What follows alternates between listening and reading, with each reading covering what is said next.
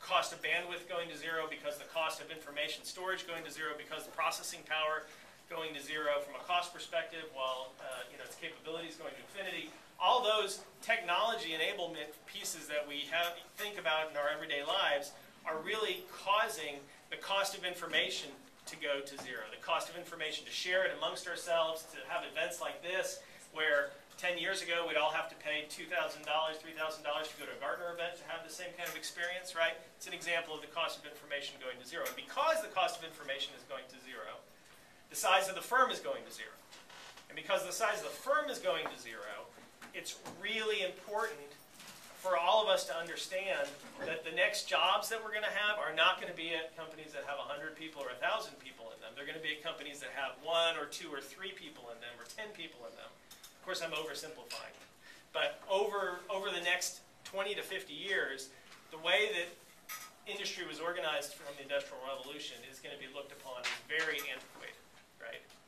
For many of you already get that. A lot of us at Tech Ranch who are working on trying to build 3-person firms that are going to do $1 million in revenue, are totally immersed in that challenge. And so, figuring out, and I'm sorry, this is kind of a long story, but because the firms are now smaller, they can still compete with the really large guys, right? A small firm, tightly focused on a certain area of the long tail of customers, can sell a better product more cheaply, more effectively, can service it better, can be more intimately involved with its customer than large companies can. Yes, sir? So is your premise that economies of scale philosophy does not hold anymore? Or is it that the cost of getting a niche product to a customer's hand is easier today? That all this economies of scale industry has helped you, that it's no longer valid? Yeah, I think that the general trend that I believe is happening is that the monolithic product that takes advantage of economies of scale is becoming less and less desirable by people, because substitute products that are much more tuned to specific niches of the market are more and more able to materialize at a reasonable cost point. Okay, so it's almost like mass customization in some cases, but the mass is removed, and it's just customization by lots of small companies and small teams delivering the exact product that people need, right? Yes? Isn't it really that the economy of scale has gone from the monolithic organization to the many, many distributed organizations? So there's a different, still an economy of scale. Yeah, exactly. Still an economy of scale. We still got, I was talking to a guy who works at AMD just up in the session here before we kicked off, and we were talking about the cloud, how the cloud model is sucking up all the servers are now going into these cloud providers who are squashing the price down on them because they're turning around and reselling that functionality in an economies of scale type of model, but to 1,000 different companies that are making customized products. And because more and more of our spend these days is going digital, those products in particular can take advantage of the Moore's Law, Metcalfe's Law, Coase's theorem, all those kinds of things. Okay. So let me move forward with what the heck all this has to do with marketing anyway. This slide is not really necessary, I guess, at this point in time. I threw it into the deck. Just at Tech Ranch, right, we are a community center for startups, so come visit us. At the last slide, I have a couple of activities that you can come get involved in.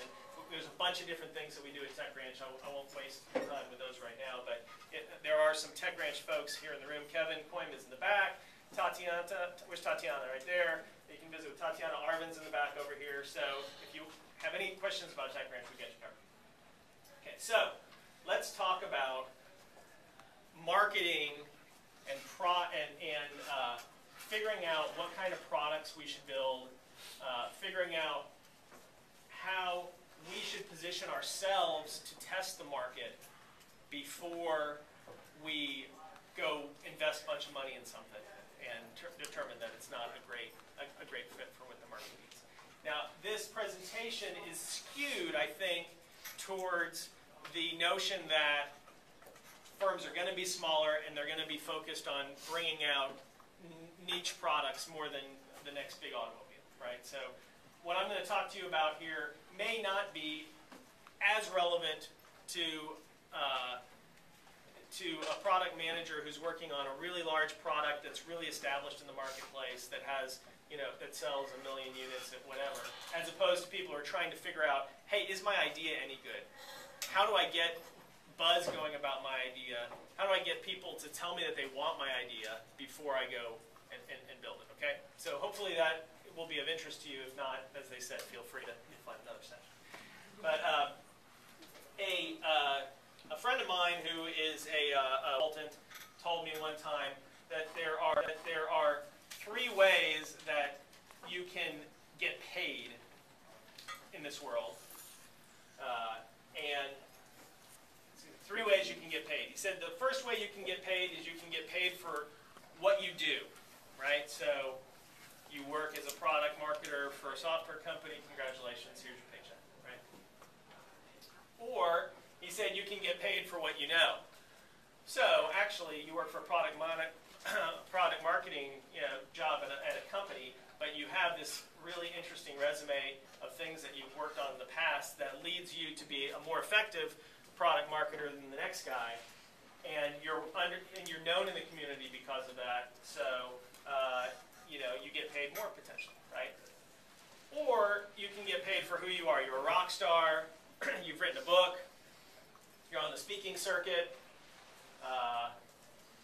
You have a following that is that in some way translates into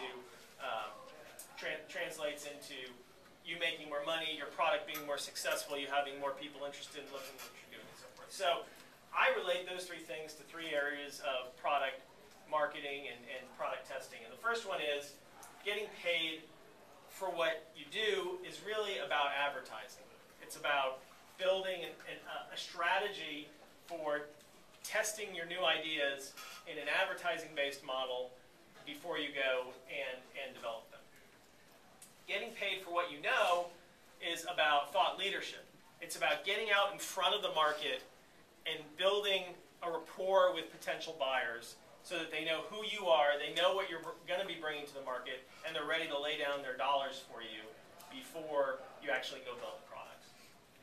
And then getting paid for who you are is about doing those first 2 things, but in this newly available, hyper-social connected world where you have thousands of people who are listening to you, right?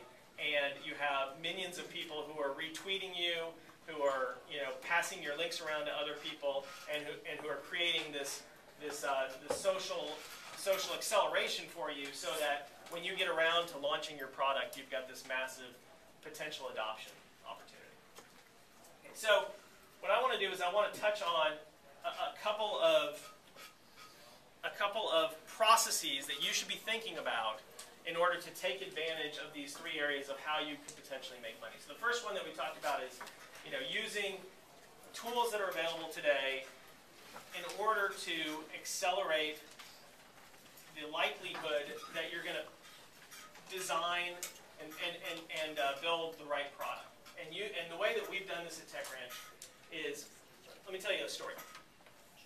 One of the companies that we're working with is a fresh out startup run one guy.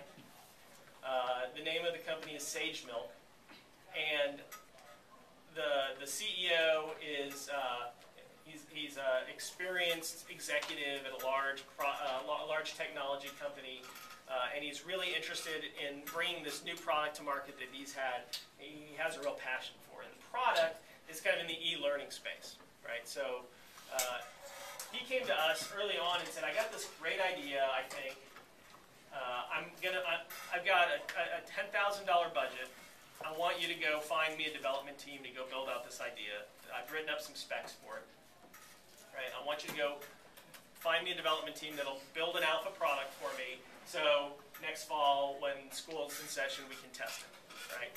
And his idea was, I want to use mobile devices to help people help junior high school students take quizzes on their phones related to the textbooks that they're studying.